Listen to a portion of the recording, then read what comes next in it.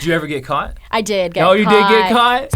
What's up, everybody? My name is Adam, and I'm the host of the UKnowAdamTsang podcast, the show that is dedicated on bringing on passionate people, learning about their stories, and delivering value to entrepreneurs.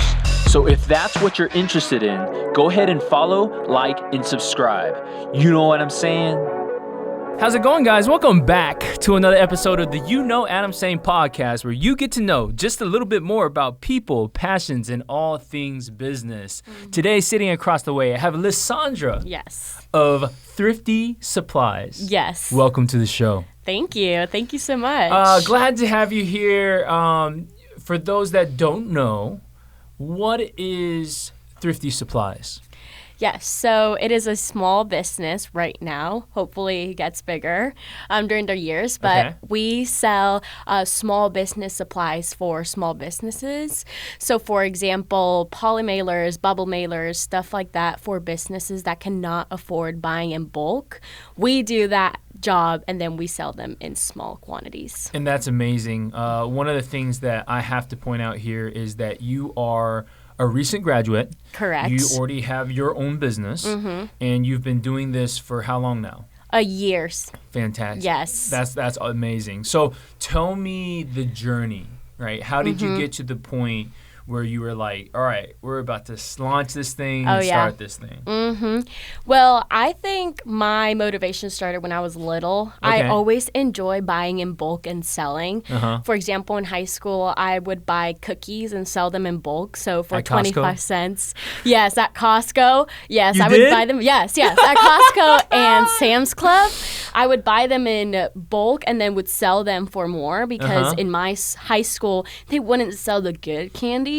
So I brought the good candy. So you were hustling at a young age. For sure. What else did you hustle besides cookies and candy? I also joined different MLM companies. Okay. And that's where my journey to investing started. I was very afraid of investing into a company to start a business. So I also did that. And I also did bracelets because I enjoyed making stuff with my hands. What's your favorite candy? Oh, Hershey's bars. They didn't sell Hershey's at the school? No, they didn't. And I would sell them for $2 each, and I made a big profit. Nice. So it was really good. And then now in college, during COVID, I was very bored. I was very sad as well. I went into a depression era because all my family's back home. All my friends kind of stayed home to finish their schooling while I was here in Statesboro. So I needed something to entertain me. So that's when I started my businesses. Where was your family at? Yeah, so my family currently is in Puerto Rico, and they're still there. I moved here when I was a freshman of college, so 18. In college. So like this, you were hustling actually in Puerto Rico. Like I was, but so high school is when you actually started doing that? Yes, correct. In high school, but it was just little things. What I had to invest like $10. Then I started investing a little bit more, invested $150, and then now in my current business, I just invest every day. And then you're flipping that. Yes. That money. So exactly. I guess what inspired you to do that? Were there a lot of other kids that were doing the same thing? Actually, no. I think that my mentality is a little bit different compared to other people. At least when I was 19, I was a sophomore where I started investing a little bit more. A lot of them just wanted to go out and party. Sure. I'm more of a quiet person. I enjoy working, but I also enjoy having fun. Sure. So I think that after seeing that, I wanted to do something more than just going out. Yeah. So, and having fun. Did you kind of did anybody let you know? Like, do you remember when you kind of started flipping, your first set? What was it? What was the first thing that you sold in high school? In high school was the chocolate and the Hershey's. The Hershey's and all that, the candies. And then what kind of encouraged you to do that? I just like making money. I enjoy making money. I really don't like getting money from other people. Okay. My parents could have given me an allowance, and they did not. They wanted me to learn. In Puerto Rico, you cannot work till you're 18. Okay. So I needed to make money somehow because I wanted to buy a new purse, a new shirt, and all that. So that's what inspired me to do. Plus, also, I saw like a niche market, which was the people in my high school where I could sell to. That's awesome. Do you remember making your first sale?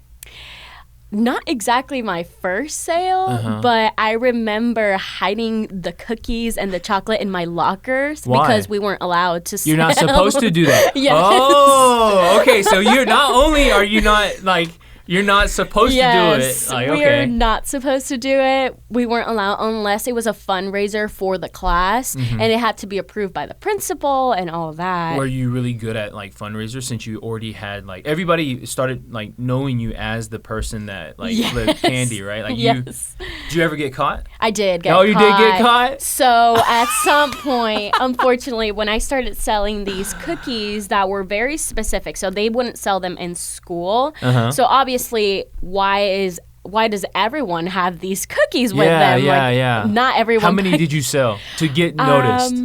I think I sold 50. That one day? No, just like over in time. 2 or 3 days.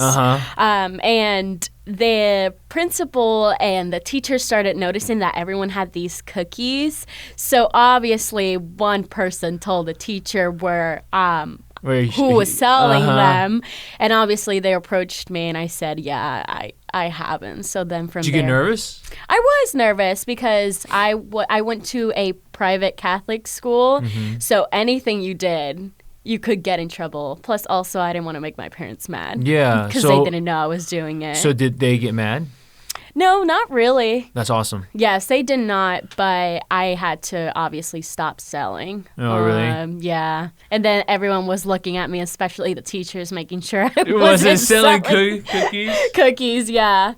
So from there, that's where my entrepreneurship spirit started. That's awesome. Because I saw that I could do it, and I was not afraid of doing it. What happens next in the journey? Yes, so after that, I stopped doing that. I go to college, and obviously my freshman year was kind of cut off because of COVID. Yeah. So I went back home. I had nothing to do. And then we came back sophomore year, and that's when I started doing the MLM, the multi-level marketing company. What company were you a part of? Color Street. Okay. Yes. What is that? It's nail strips. So they sell nail strips between $13 to $15, and you just put them on your nails. Do you still do that now? I don't. Okay. Unfortunately, I did not like the model after I learned a little bit more about MLMs and the way they work, so I stopped that.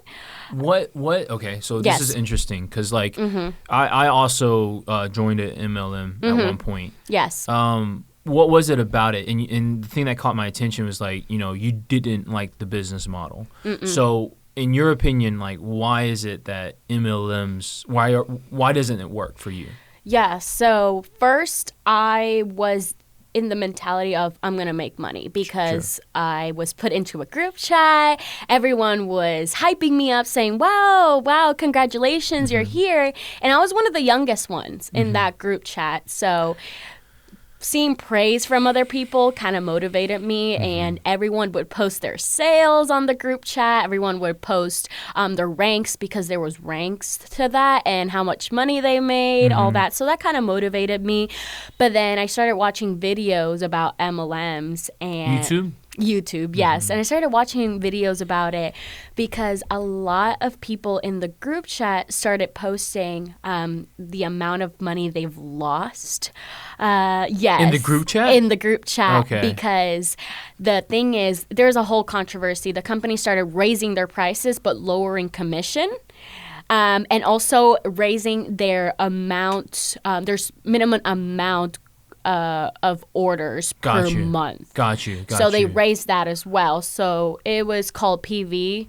And at first you had to have $300 worth of PV to qualify for each month. So you don't get kicked out of the company. Sure. And then they raised it to $500. They raised the prices and they decreased something was commission. wrong. Something was wrong. And it was very...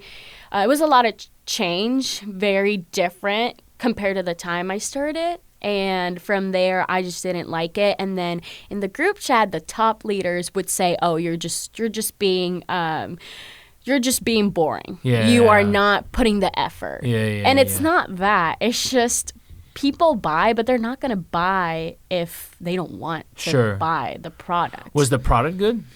At first. It was, and then the quality changed. And then the quality changed as well when they raised the prices and all that. So, for example, I would sell a lot of nail strips, but they wouldn't stick to the nail. Oh, that's terrible. Yes, if or you they don't would have come a good off. Product. Yeah. Everything I would promise did not actually happen, but I was promising whatever my top leader was telling me to promise. Yeah. So I didn't like that either. And then the fact that they would raise the prices just because it is commission-based, but it depends on the people who are on top of the pyramid. Mm-hmm. So I would get a commission, the person on top would get a commission, the person on top would get a commission. Yeah.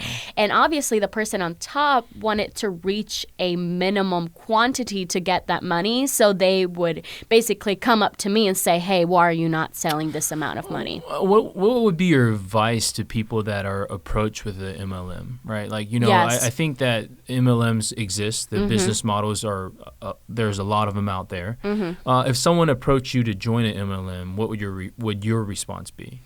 I would say do your research. There's YouTube, there's Google, there's everything. You can do research. Most of the time, people are not happy with that. So do your research and also have a different perspective. Because if you just focus on the positive side, everyone hyping you up, saying you're going to make money, obviously you're going to try to ignore the actual other side that there is to it. So make sure to have an open mind and listen to both sides. Yeah, I like that. For me, I feel the challenge with the MLM is everything is about, trying to find that next person to be your leg or be kind of like, the path. And I think the problem with that is really what happens is relationships get put on a line. And now what's happening is like, okay, are you a friend or you are not a friend? Yep. You basically put a value on the friendship, and then that other person has to decide, do I just go with this or do I not? And I think that's really where, the MLM like strategy doesn't work for me because I would I don't like doing that. Yep. Now I know some people that are super successful with MLM, and I think that maybe there's a different approach that they've come with because they have to believe in the product, right? Because what you said was true. That the product has to be good. Yep. But for sure. But so you started to get out. Was it easy to leave the MLM? No, it wasn't. Okay. Was there a challenge with that? There was one, my taxes. I had no idea that you would become a 1099 contractor. They don't tell you that. And that you have to pay a percentage of taxes. They don't take it out of your commission. Okay. So from there, I had to take a 25% from my gains. So that was a challenge. So I couldn't leave until they gave me my paperwork. Oh, wow. So that was one challenge. The other challenge was I was just very scared that I would waste my time or be afraid of wasting my time because I did it for a full year. Sure. So everything I put into this, I'm just going to let it go and waste my time. Why not push a little bit more? I already put so much work. And how'd you overcome that? Right, because that's in the back of your mind, right? Yes. I've already invested so much time. And then the question of what if? Like, what if I, stick with it just a little bit longer and like everything starts to open up, like, but how did you overcome that? Yes. So first, before that, they were bringing out 3 more new products. So I was kind of in the loop of, wait, but maybe I can make more money, so people are going to buy these products. But I formally wrote a email to the company to leave, and I was about to send it, and I didn't send it. And after 2 weeks, I was in my 6-month probation, which means that if in 6 months you didn't reach $300 worth of sales, you would get deactivated, and you have to pay again to reactivate your account. And I was reaching my 6 months, so I said, you know what? I'm not going to make it. I'll just leave now. And after... Oh, I'm confused because earlier you said that you were in it for a year. So Yes. this is part of that year. Yes, that Okay, is part of understand. that year. So I was making so many sales, but at some point people weren't buying, and Yeah. I couldn't make $300 worth of sales, and I was in the negatives as well. So I was not going to buy more inventory to So reach the 300. 300 in the 6 months, like over the entire 6 months. Every 6 months. Every- Every month. Every Sorry. month. Every That was month. the minimum that was required. Mm-hmm. Got it. Yep. But you were starting to see the sales drop off because the product wasn't as good. And so, did you ever have anybody come to you and say the product wasn't good? Oh, many times. Oh, really? After, I think that period, 6 months period. And what do you reply to that? How do you, like, what can you do? Is there any, Well- like, customer service that can be delivered? No, actually. In the group chat, I was told to tell them that they're not applying it right, that they're not correctly filing their nails to do it. Oh, that means that they didn't put it in a right area with the right temperature. Did you confirm yourself? What do you mean? Like, Did you, so, like, you know, I guess not that I put on nails at all because that's not my vibe. No, I get but what it. I would have done was, you know, potentially taken like a pack and then tried it out, right? Because they're saying like, oh, you know, it's not as good, it's not as good. Putting the nails on yourself to figure out like, okay, where are we? Right? yes. Did you yes. did you do I that? did. I always had to have my nails done in Oh, order okay, to sell okay. the product. For me, it worked. Sometimes it didn't. Okay. But I would always put some acetone on it, so it actually looked good. So I always had to pretend that there wasn't anything wrong with the product in Got order you. to sell. Yeah. So we took that was a huge learning experience, I'm sure. Oh yeah, for sure. I did burn some bridges with people. Did you? Unfortunately, sadly, I was able to regain some. But this is in Statesboro at this point, right? Yeah, Nice. so a lot of my friends or people who would message me just to become friends, Yeah. I would say, oh, want to support my business. And if they didn't, I would be very upset.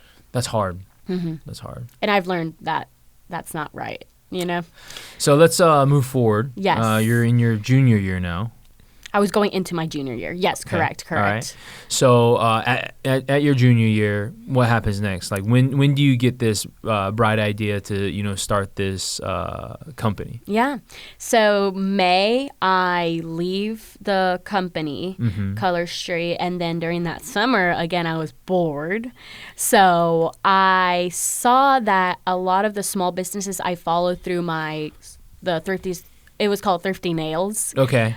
business. Wow. Yes. So that's where the name comes from. Yes, that's where the name comes from. So Thrifty Nails, I saw a lot of the small businesses that I follow through that had difficulties buying supplies because most of them were from Puerto Rico. So shipping stuff from the U.S. over there is very difficult and very expensive. That is so cool. I just got chills. Yes. I think, was that something that you had like just picked up on? Yes. So people were posting about that? Yes, they were, and I was in a group chat, so we would talk about our struggles, and a lot of them would say that, or a lot of them would complain that most of the businesses were selling the same thing because that's the only thing they could, that's the only supplies they could buy back home in Puerto Rico. So I kind of saw something. I said, wait, there's something that I could do. And I always was able to buy supplies because I lived here in the U.S. So I was always able to buy polymailers and all that. So I said, wait, let's try something. So after I came back here to United States in August, which it was my junior year, I started selling stuff from Amazon. So I would buy in bulk from Amazon and I would post it, and I got a lot of sales because these were products that they couldn't reach back home. That's amazing. What was the platform that you were selling on? Instagram. Just Instagram. Just Instagram. So like they would DM you and say, "Hey, I need X." I want that. And then what would you reply? Like you would say, "Okay." Okay. But at that point, okay, so let's talk about the audience. Yes. Thrifty Nails had Thrifty Supplies at that point, right? The supplies company or the nails? The supplies company. Yes.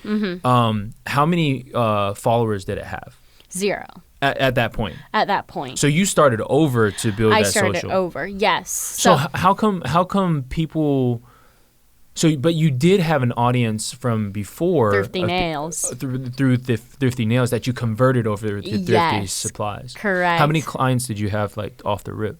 30, I think. That's a lot. Yeah, that's it was not, a lot. That's not a small amount. 30 in a whole, I would say 2 weeks. I was able to sell them a lot of things. Yeah. And were they looking for, so as an example, you were buying off of Amazon, but what specifically were you, just the poly mailers, like? Yeah, so the thing that really popped off were the lip gloss tubes. Okay. I found just the tube. Just the tube. Because they don't sell that back home, and the only way to reach that is Amazon or buying it from China, like distributors in China, in bulk. But the bulk amount is, the minimum quantity would be 500 to 1,000. So obviously they wouldn't buy that much, or they couldn't reach that audience, or the distributors in China couldn't reach the audience in Puerto Rico because they don't ship to Puerto Rico. So I started buying lip gloss tubes in bulk, but I would do drop shipping at first. Drop ship to them. To them, but, yes. But if they, okay, so I'm confused because in my mind, I thought you were purchasing the Amazon order, and then breaking that order up and then distributing to them. Yes, I was doing both because I had Amazon Prime. So Amazon Prime allows you to ship to Puerto Rico in certain places and certain products. So whatever I couldn't ship, do drop shipping, I would buy it and then I would ship it to them. Nice. So you started doing that. How was the first 2 weeks for you? It was really good. I had to be on my phone the whole time because everyone would just message me saying, oh, I want that, I want that, I want that. So it was really, really good. And it really encouraged me to start over and to not be afraid. And from there on, I'm here now, so. Yeah. When you, so you're still running the store right now? I am. So I took a break. I did it for a little bit, and then school got in the way, so I had to stop for a sec. And then January 2022, I started over again, but a new business model, not the way I used to do it before. So what is the business model now? Now I just purchase in bulk and then sell. I don't do drop shipping, and I do custom stuff as well. So what type of custom stuff are you working with? Right now I'm doing stickers, so custom labels, and custom thank you cards and business cards. And how's business? It was really good. I did have a downfall in Q1, but that always happens because everyone already bought their Christmas gifts in December, so they're not going to purchase. But now I know during the summer is going up again because people are out of school. They want to start their business. They want to start doing new things. So obviously they're going to go to the Thrifty Supply store to get their supplies so they can start something new in their business. And now, right now, is it still everything's handled through Instagram? Yes, correct. And then my website, which I created. But I enjoy talking to people. I enjoy those interpersonal connections with people, and they really trust me better off when they message me than going through the website. That makes sense. Makes sense. What advice would you have for somebody that, that had those entrepreneurial tendencies? Yeah. And to try to encourage them, what would you say? I would say, one, think about what you want to do. Right? And whatever you want to do, think about it as a business, not a hobby, because a hobby is basically something you do without gaining profit. Think about what you want to do, and also don't be afraid of uncertainty. And because I was very afraid of uncertainty, now I'm not. Don't be afraid of uncertainty, and don't feel disappointed if you fail. Because you don't fail, you actually learn, and then you'll succeed next time. And that's what I always say. You don't fail, you learn, and then you keep going. That's awesome. For you, as you are in this kind of like path, what does the future hold? Well, right now I'm currently in the job market. I'm looking obviously for jobs because entrepreneurs need a job before actually continuing growing their business. So I'm in the job market, but I'm also expanding my business, adding new things. I'm currently looking for more suppliers so they can send me different things. So I can sell and provide new things. That's awesome. For your clients, do you have a ideal client that's out there? Like, what do they look like? Yes, so they are small business. Usually is handmade stuff, handmade products, and most of them are Spanish speaking, from a Spanish speaking country. It would be Puerto Rico because that's the only place I can ship that is not international. Or maybe they live in the United States and they speak Spanish. And how many clients do you think you have across the U.S. right now? Wow. No idea. I have no idea because I look at my map because I have a map and I target every place I've shipped to. I know I've shipped 69, it was a 6970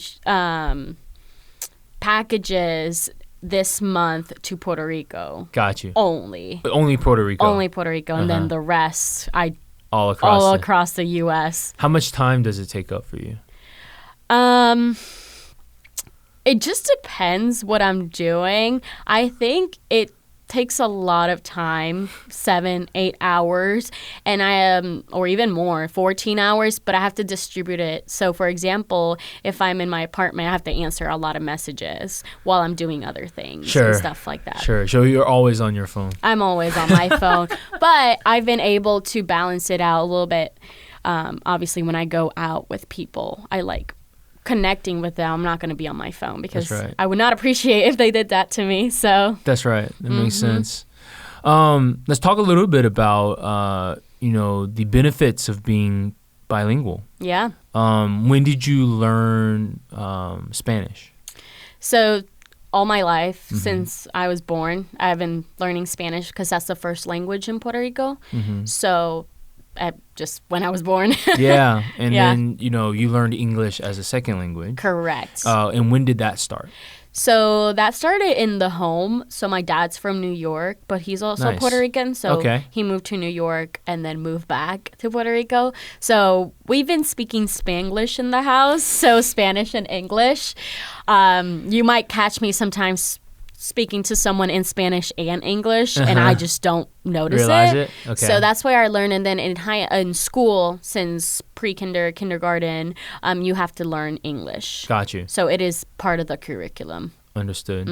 And, for you, as you are navigating, do you see any, I guess, this is a easy answer, but there's just so much benefit being a bilingual speaker. Do you know how to read and write as well? Yes. Okay. I do. That's awesome.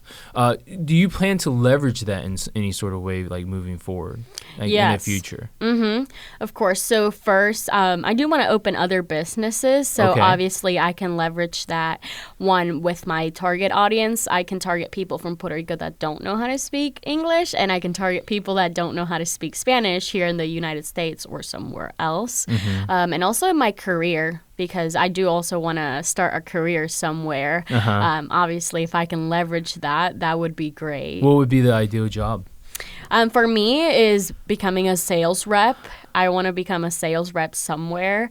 I really enjoy, obviously, selling, which kind of sounds like boring.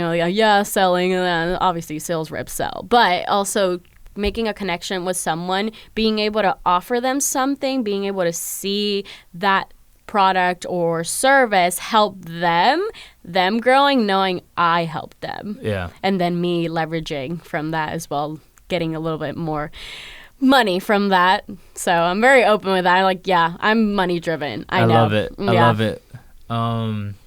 How about your presence on TikTok? Yes. Let's talk about that. So that started many years ago. Really? Since I was 13. Okay. And I'm 21 now. So, wow. That was a long time ago. I started my TikTok account in English, and I just did it for fun because I was bored. What were you doing? What type of videos?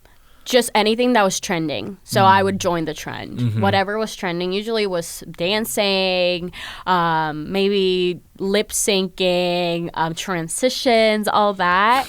And I started doing that as a hobby, but then I saw that I started growing.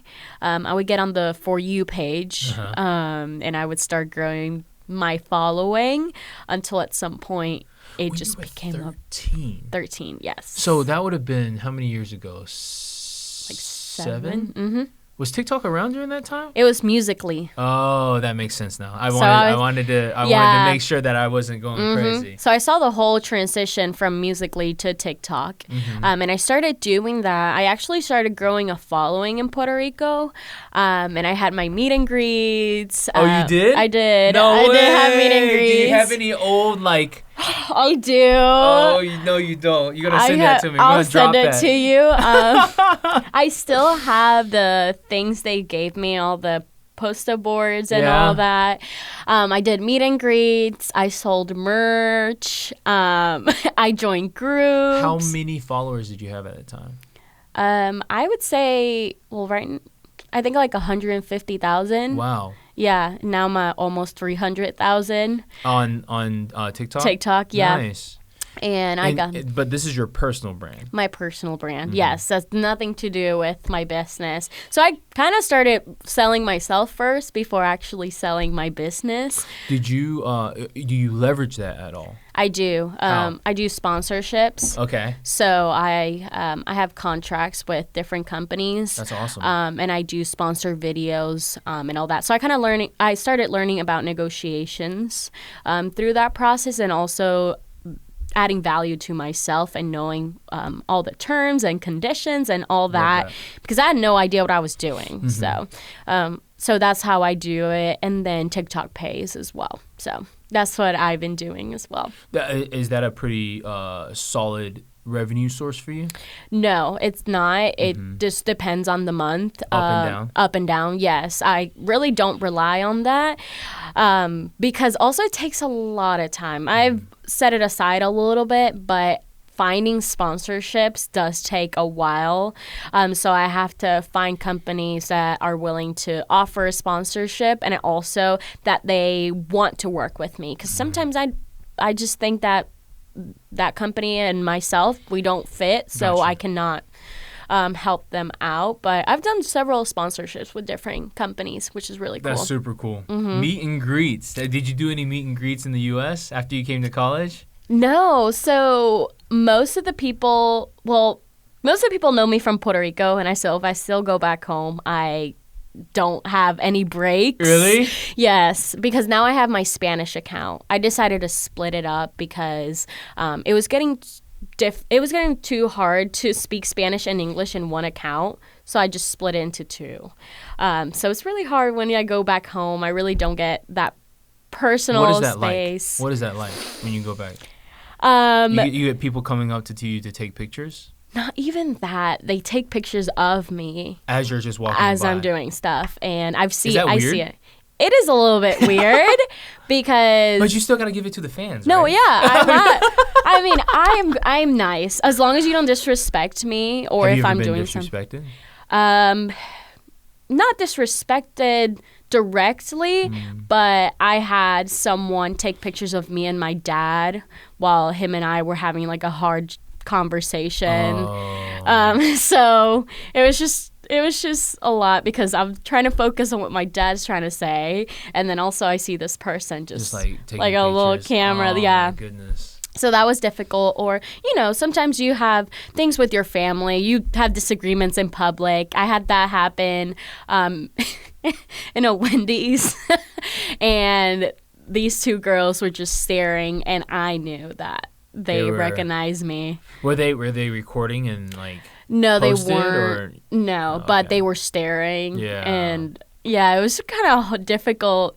I was trying to put a smiley face personality, bubbly, while I'm trying to have this conversation with my parents. How much of your personality is there like an online personality versus like who you are like as a person? Is there a difference there?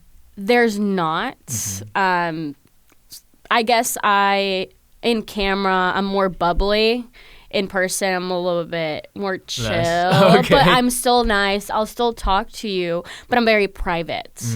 So whatever you see on social media, you don't know 90% of my life because I don't post that. And they don't know what's happening until they see it in person.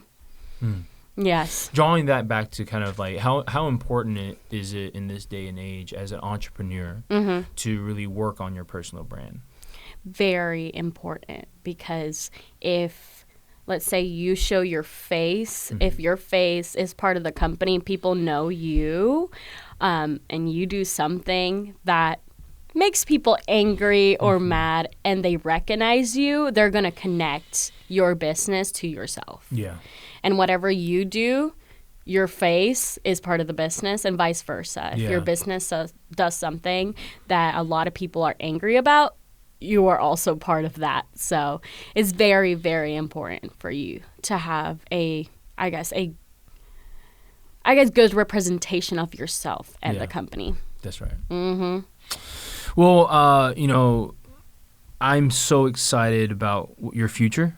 I think that, I love seeing the entrepreneurial spirit, especially coming from like an early age. Yes. I think, the thing that sticks out to me is honestly you being able to get yourself out of like situations that maybe haven't been the best and just pushing through regardless of what it means of, potentially losing out on certain relationships, losing out on like, things of the past, but still moving forward, right? I think that that's a huge step.